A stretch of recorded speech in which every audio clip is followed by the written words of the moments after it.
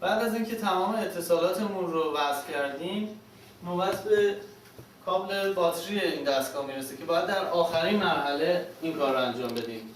باید این نکته رو توجه کرد که موقع جمع کردن دستگاه هم اولین چیزی که باید قطع بشه اتصال برق دستگاه هستش. توی این دستگاه چون رادیوی DL5 همراهش هست، این رادیو امکان این رو داره که به صورت خودکار اتصال برق رو کنترل بکنه، ولی دستگاه‌های DL3 مون این قابلیت رو نداره و اگر که دستگاه به برق وصل باشه، به باتری وصل باشه و کابل دیگه بهش متصل نباشه، دستگاه رادیو مشکل براش پیش میاد.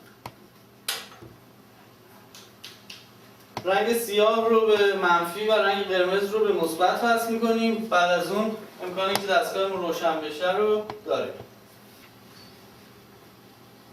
بعد از روشن کردن دستگاه، LED قرمز رنگ نشون دهنده این هست که دستگاه ما روشن هست. دیدین که چراغ‌ها چشمک میزنه، سلف تست دستگاه هستش. LED آبی رنگ که چشمک میزنه به تعداد چشمک‌هاش نشون دهنده این هست که دستگاه ما چه تعداد ماهواره ارتباط برقرار کرده باشون. LED بعدی LED سبز رنگ هستش که مربوط به فرستادن تسلیحات رادیوی ما هستش. هر موقع دستگاه ما تسلیحات رو ارسال بکنه، LED سبز رنگ چشمک میزنه. LED آخر LED نارنجی رنگ هستش، مربوط به برداشت استاتیک دستگاه هست.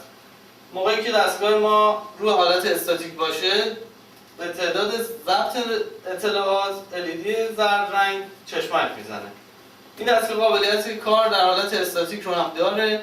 برای این کار نیاز به هیچ کدوم از وسایل همراهش نیستش. دستگاه ما بدون اتصال به کابل یا لوازم دیگه با فشار دادن این دکمه برای مدت چند ثانیه تا این چراغ چشمک بزنه میره رو حالت استاتیک. بعد از اینکه کارمون در حالت استاتیک تموم شد، دستگاه رو خاموش میکنیم و مجددا برمیگرده رو حالت دیفالت یعنی آرتیکل.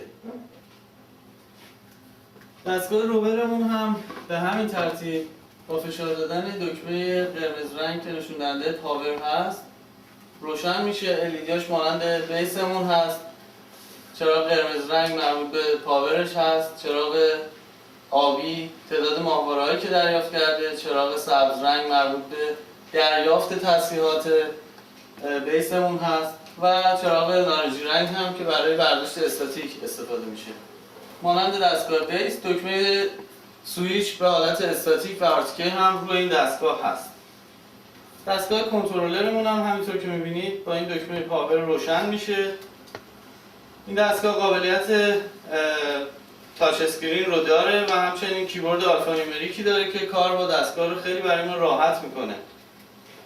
نرم افزاری هم که روش نصب هست نرم افزار لندستار هست. سیستم عامل این دستگاه سیستم ویندوز CE هستش که امکان نصب هر گونه نرم افزار رو روش داره.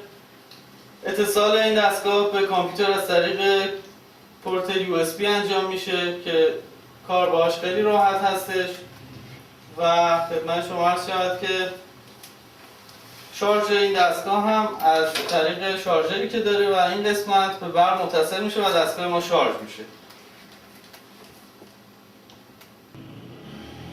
جدول مقایسه‌ای که می‌بینید